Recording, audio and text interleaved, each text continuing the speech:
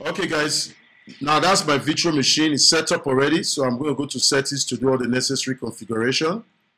We're fine with this. We go to setup. We're using a DVD, so we'll push it up. We'll push the hard drive up a little bit. So that's our boot sequence. 1 gig is okay. How many processors do we use for the server? It was 2. Okay, 1 is okay. 1 is okay. We go to storage. Okay, so on our IDE we add the disk for the image. My image is on the desktop, so I'll just go straight to the desktop. That's it there, which is 9600. You know the image. I don't know why you're asking me which image. So we'll make the hard drive. We can check the solid states icon, even though it's not going to be much faster. On the network, we select internal network, okay? Internal network. Of course, you want to make sure the network adapter is the same as the server, which is fine. Mosquitoes mode, allow all virtual machines. Every other thing is okay. We're not sharing any folders. Our drives is added already. We're using a DVD. Yeah, excuse me. Yeah, just one network adapter. We're not using 2 network adapters. Okay, our CD, everything is intact. The base memory is fine. General settings, and we click OK. The next step is to click on the start, and the virtual machine will boot up as usual. So the files will load just like as if it should be loading from the WDS. You notice when we're using WDS, it also loaded the file like this, right? But then it showed us the network location where the files was being loaded from. So let's go through the installation and get everything sorted. When server core is fully installed, we'll come back and we'll do the configuration. But let me just go through the steps. If you still notice, it still gives us the same GUI interface, even though it's a server core we're going to install, right? We'll click on next. We're installing. Of course, Windows setup will be started. Now, what are we installing? Yeah, we're not taking data center in this case. Data center is quite a heavy operating system. You want to make sure that the main server is running data center because the company will have a volume license. Having 2 data center, what kind of organization are you running? So best practice is always, in the larger environment, your main server is a data center. The other servers can be a slimmed down version of the server system like Essentials, Foundations, and of course, Standard. So in this case, we're going to take a standard core. Are we together? We're going to take a standard core. So we're going to click Next. And of course, accept our license agreements. Customize installation. We're accepting the default, we're not partitioning. And that's it. The installation will go through, and when installation is done, the system will restart and we'll get to the desktop for our configuration. Okay guys, let's continue. Now, the server has rebooted and the system has been installed. Now, the next step is to click on the administrator account. It's asking you to change the password. So we'll use the same default password, PA $WORD, capital letter PA $ twice WO0RD. So the password is changed. And now we're ready to install.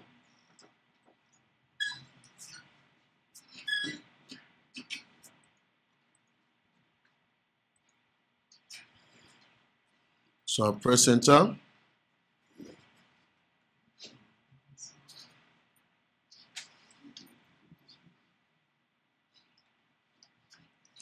Guys, what do you see there?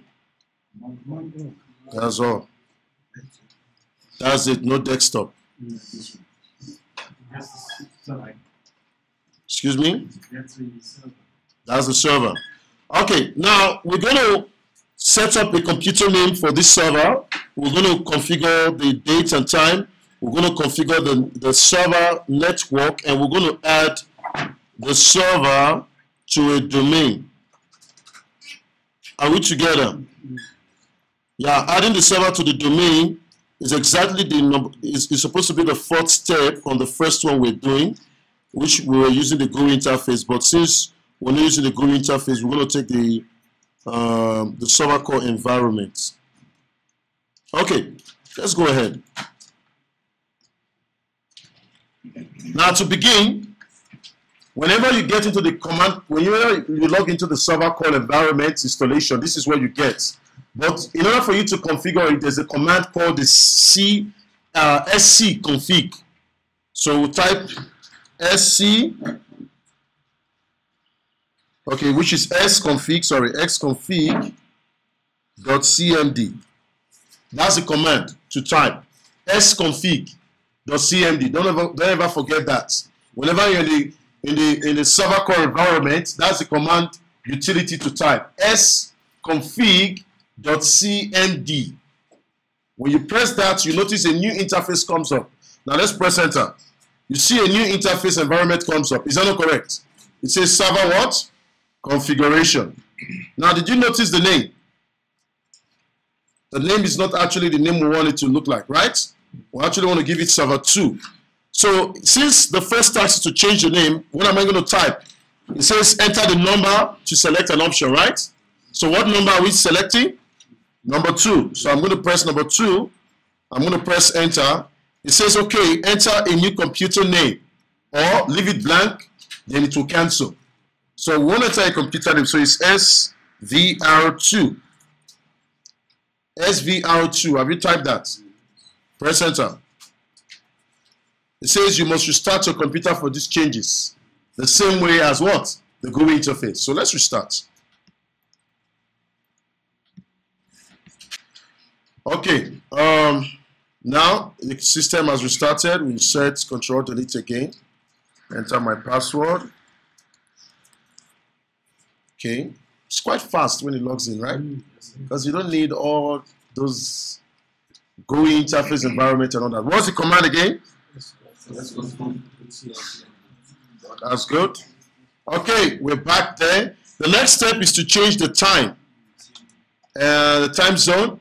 So what is the command to change the time zone? Number what? Number 9. So I'm going to type number 9. I'm going to press enter. And the time and date comes up, right? So let's change the time like we did.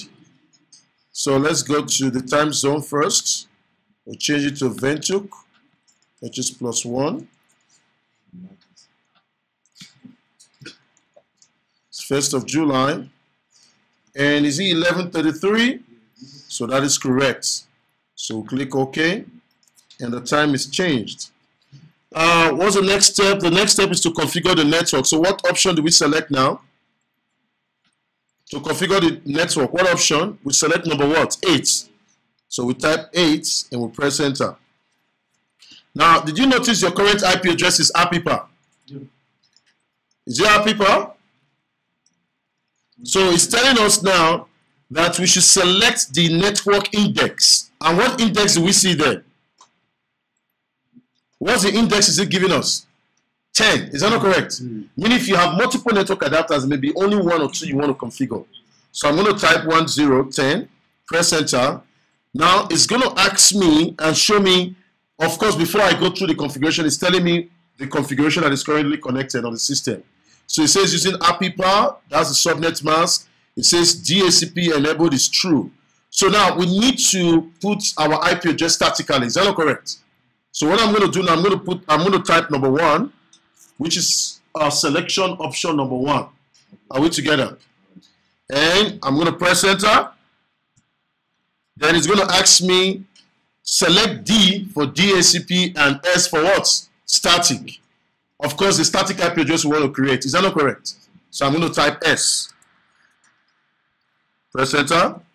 So it says enter what? Your static IP address, which is 192.168.1.what? 2. Is that not correct?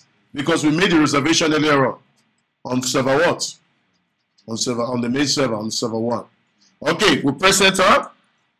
It says enter subnet mask. It says but leave default, leave blank. It will automatically enter the default. which of course is fine. We'll just press enter. Do we have a default gateway? No. We'll skip that. Okay, we've pressed enter. Now, that has been settled. The next step is to enter the DNS, right? The DNS is the IP address of the server. Is that not correct? So we're going to type number 2 now. Press enter. And we're going to say, it says enter a new DNS server. So I'm going to type 192.168.1.1. .1.1 is the IP address of our main server, right? Where the DNS also what? Resides. Are we together? So I'm going to press enter. It says preferred DNS is what? Set. Click OK. Any alternative? No. Press enter. And we are done. That's our configuration. We've just changed it. Okay. Now, the next step is that we need to add this computer to the domain. According to the lab manual, we need to add the computer to the domain. So what we're going to do, I'm going to pause this now. I'm going to start the server 2012, the main server, the first server we installed, which is server 1. So I'm going to start that up so that we can add this computer to the domain. Okay, guys, let's continue. The server, my main server has restarted. So I'm going to log in now.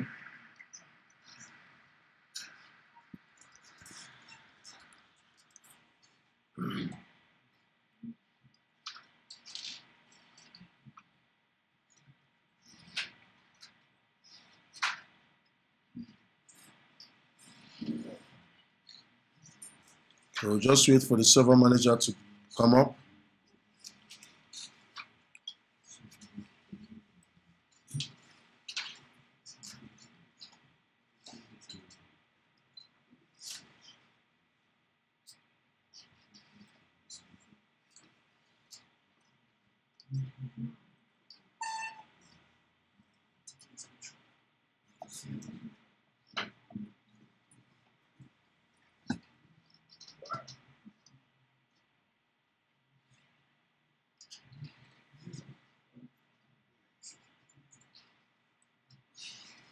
Okay, we'll just allow it to go through the refresh, it's fine.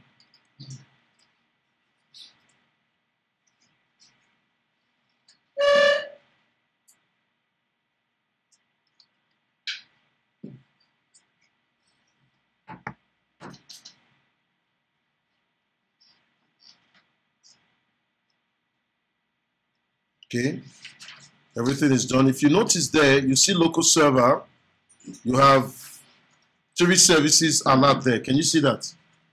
So if you go there and click on it, you notice it gives you 3 services.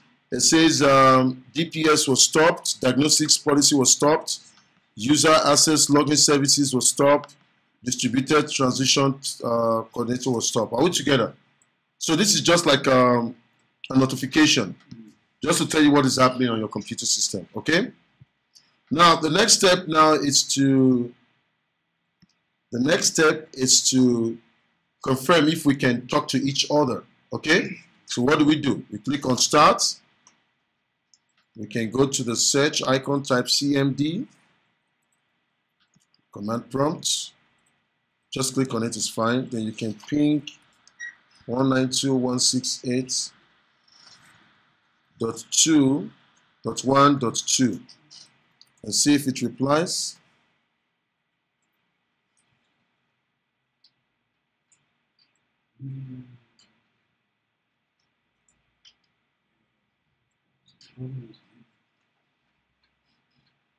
It's timing out.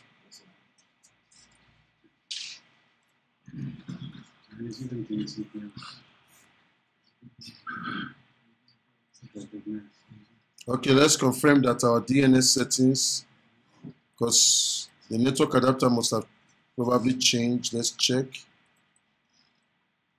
that the DNS settings is intact. Okay, everything is intact.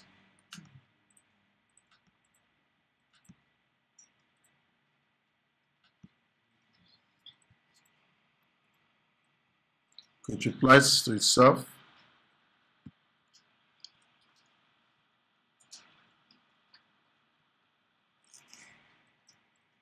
Okay, let's return to the main menu. Let's go to number 4, type number 4. Then let's type number 5 to exit.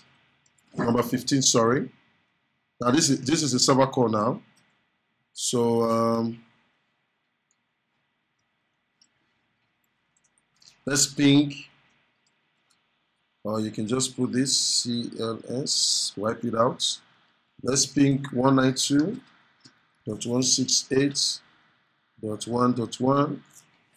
It's replying. Huh? Okay, let's go back. Let's go back and see if bots are replying as well. It's timing out. Okay, why is it timing out?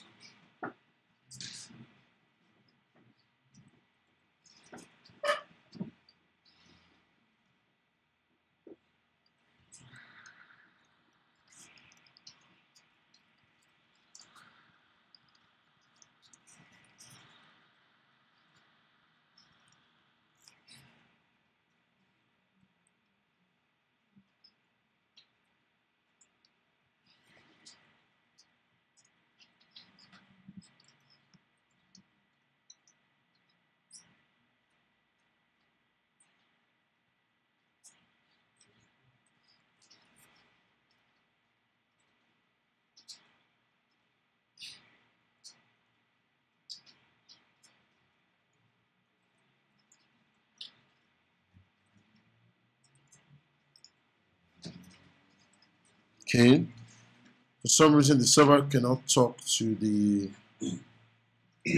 server core, but the server core can indeed establish communication with it. Ping 192.168.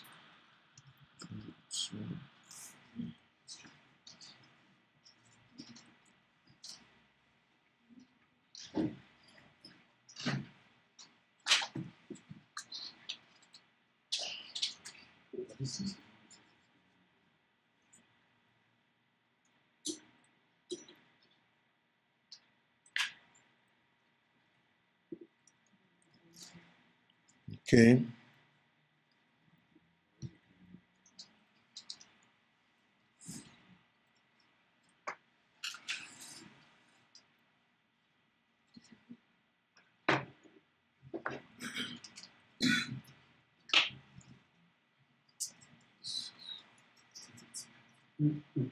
It's just calculating how long it's taking to get to that point. So it's able to communicate. I'm still seeing lost packets there. Still losing packets. Okay, what we can do, we can install the, we can attach the we can attach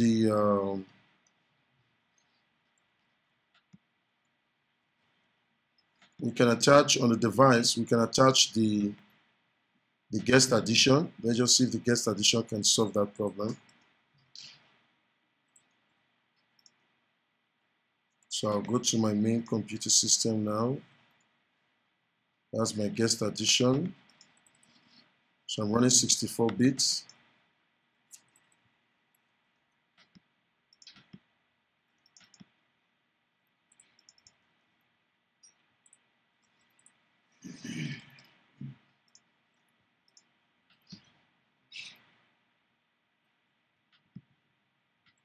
Okay, let's try it again. CMD.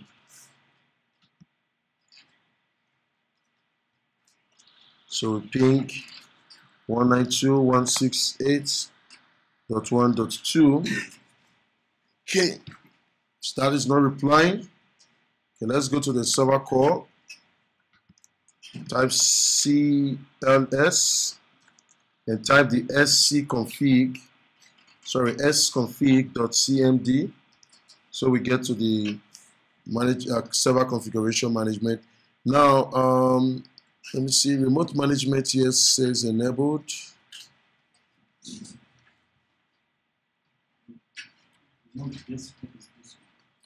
Yeah, but we're not doing remote desktop, but Remote management is enabled, so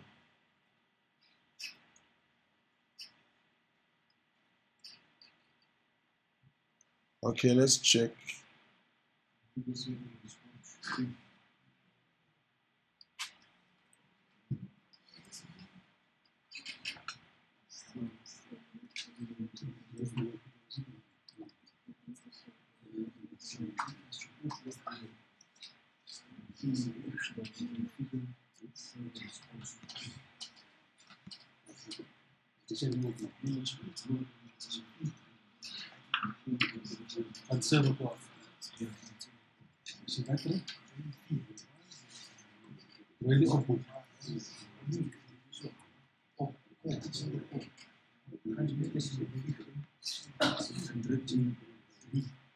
Okay, do you know what we'll do? Let's since server core can see the server, it's fine. Let's try to add the server core to the server system. Let's see if that will fix the issue, okay? No, there's Mr. Sam. Look, you have the option. Allow remote elections. Guys, if you go to option 4, if you press enter, if you scroll down, you see where it says configure server ping, response to ping. You see that option there. Because if you notice, it says configuring remote management is already enabled. Are we together? Because this will now allow server 2012 to remotely manage server 2012 core edition. Now, you can always disable the remote management. So our concern is about the ping. So let's click on number 3, select number 3, press enter, click yes, and it says successful configured allowed to ping. So let's try now on the GUI. Let's see now if it replies. It's not replying now.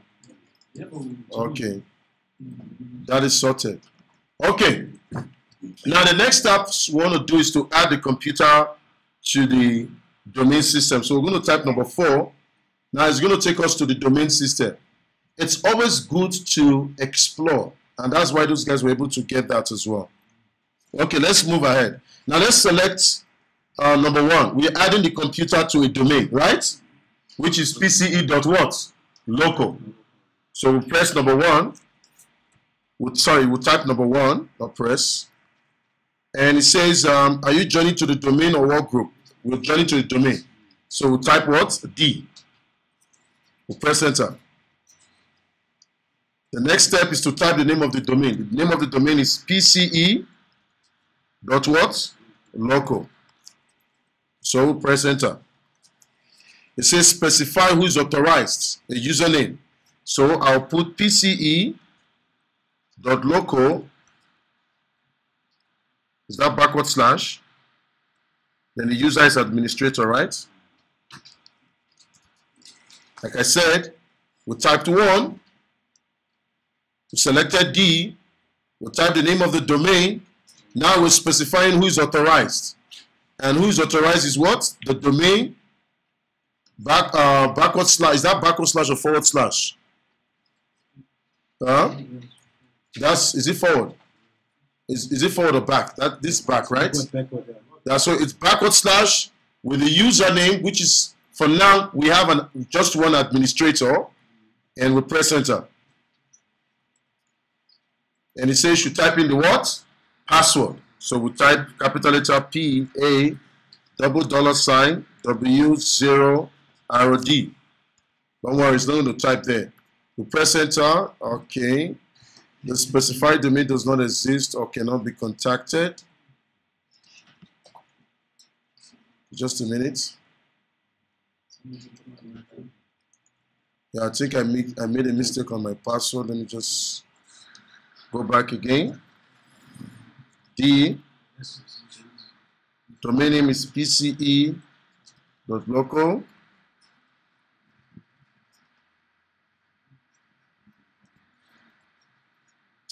Domain is PCE.local.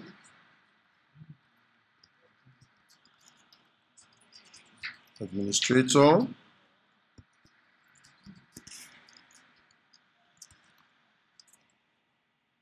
Okay, now Do you want to change the computer name? Definitely yes, right? So I'm going to click on yes. And it's joining. Okay, we just want to leave the computer default name, right? The default name we gave here was server 2, right? So we're not going to change the name. We'll just join it to the domain, okay? So what I'm going to do now, I'm just going to press enter, and that is it. Now, if you notice, our computer is no longer part of what? Work group is now what? A domain name. Can you see the domain now? But let's go and confirm for our server if this computer is not part of our server system. Now, I'm going to come to my main server system. I'm going to go to Tools. Then I'm going to scroll down to Active Directory, Users, and Computer. I'm going to click on that. Now, Active Directory and Users and Computer is going to open.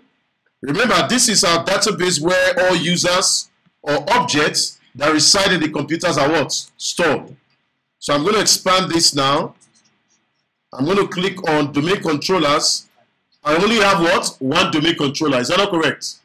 Then I'm going to click on Computers. And bingo, we have our computer there. Is that not correct? It has been added. So if I right click, I go to Properties.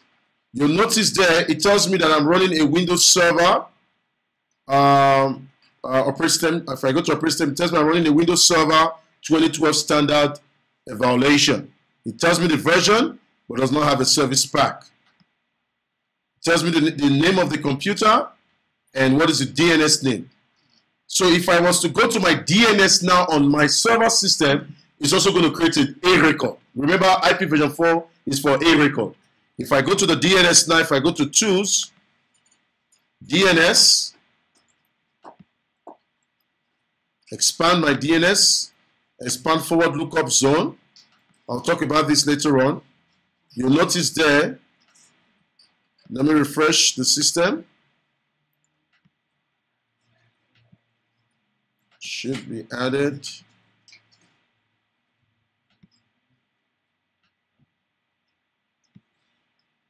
I think it should be updated soon.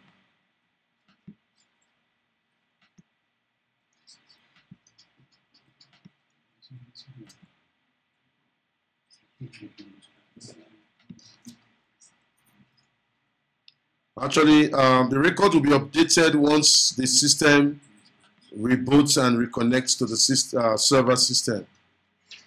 Because then, users, this server will now be logged in using your administrator credentials from pce.local, not from the local account anymore. Are we together?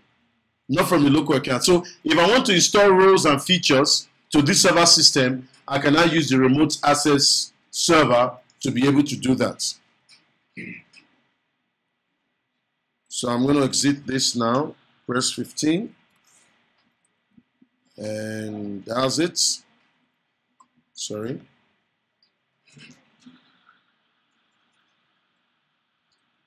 Number 14. Sorry. Supposed to type cconfig again. .cmd. Then I'm going to type number 14 to shut down the server. I'll click yes. I want to shut it down. So my server core will have itself shut down, and I'll be left with my server. So this is my DNS. So when I try to restart again, definitely the record will be joined. But on my Active Directory, on computers, I have my server 2 there. So I can manage the computer now. I can put permissions. I can control it through group policy. I can do anything with this computer now because it's not part of my what? Domain. I only have the domain controller, which is my what? Server what? 1. We'll talk about more of this part later on. Tomorrow, I think that's where we're going to stop. Tomorrow when we come, we're going to manage. We're going to be managing the server tomorrow. We're going to manage the server by connecting from this server to server core, and we're going to install rules and features from here. Are we together? From this server, we'll be installing a rule. There's a rule we want to install on server core. We'll do those rules installation from my GUI interface. So I don't need to log into my server core to do the installation. I'll do it from my GUI interface environment, because server 2 or the server core is already part of my environment. So what I will do, I will create a server group.